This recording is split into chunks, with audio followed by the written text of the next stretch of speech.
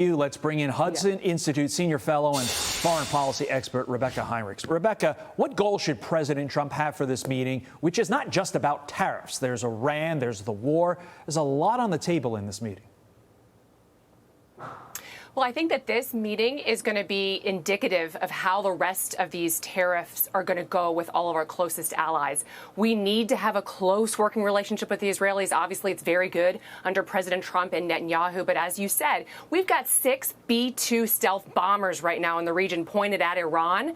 And so the Netanyahu is going to want to talk to President Trump about his plans for the Iranian nuclear program, for taking out Islamist terrorists out the region. And then, of course, we got to get those tariffs off. So you're going to have a conversation between these 2 closest allies. If you watched any other news this weekend, the tone on the tariffs was 100% negative. Nobody has a good thing to say about this. I'm going to be contrarian. If these 2 leaders strike a deal on tariffs today, what message does that send to the rest of the world?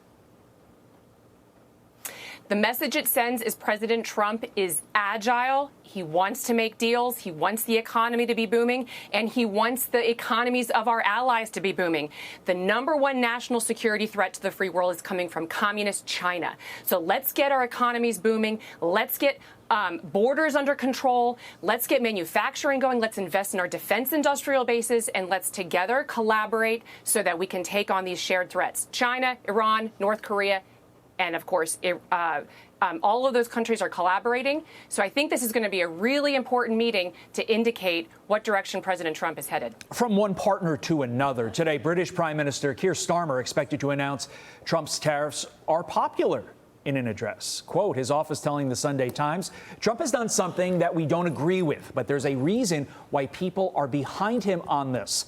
The world has changed. Globalization is over, and we are now in a new era. Rebeccah, how profound a statement is that, specifically that takeaway that globalization is over? Well, I think it depends on what Starmer does next. Okay, so it's one thing to say, I understand why this is happening, why there's basically this populism spreading across the world.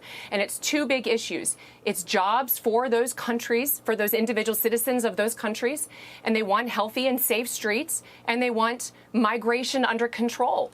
And so let's see what Starmer does. Let's see what the Labour Party does now on restricting uncontrolled migration, on prioritizing the British people, and on reindustrialization, on getting manufacturing back in the UK.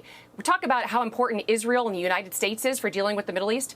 The United States and the UK, it's got to be strong so that we can take on the Russia threat in Europe. We want the Europeans to increasingly do more. The UK's got to take a lead on that so that the United States can focus on China. So let's see what Starmer does. Rather than just talk about these things, let's see kind of the action that he puts into place. But such a key point you mentioned on migration, because, yes, when you hear globalization, the first thought is economic. But the migration piece of this and what has happened over the course of the last couple of decades and what Europe has become is such an important warning, I think, to the rest of the world. Getting back to the money, though, here's what Trump said about talking to European nations on trade deals. Listen.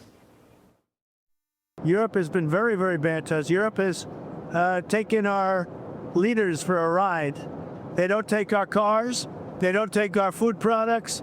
They don't take anything.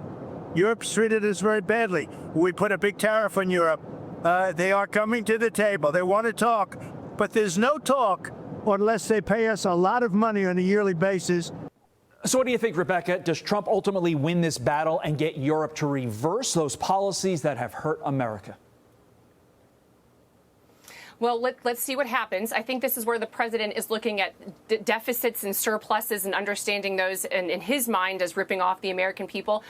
I don't think he's right about that. I do think that the tariffs are a problem, and I'd like to see tariffs come down. And I'd like to see the Europeans lean into the relationship with the United States, not pull back. Already we're going to see the UK kind of look to other markets, look to India, look to other places, because they're going to protect their own manufacturing as well, as President Trump is trying to do that for the American people. So I hope that this is a negotiating strategy coming from President Trump. It's a strong play, and I hope the result is that a closer, better working relationship with the UK and other European allies. Rebeccah Heinrichs, thanks for getting up with us. We appreciate it. Big day. I'm Steve Doocy. I'm Brian Kilmeade. And I'm Ainsley Earhart. And click here to subscribe to the Fox News YouTube page to catch our hottest interviews and most compelling analysis.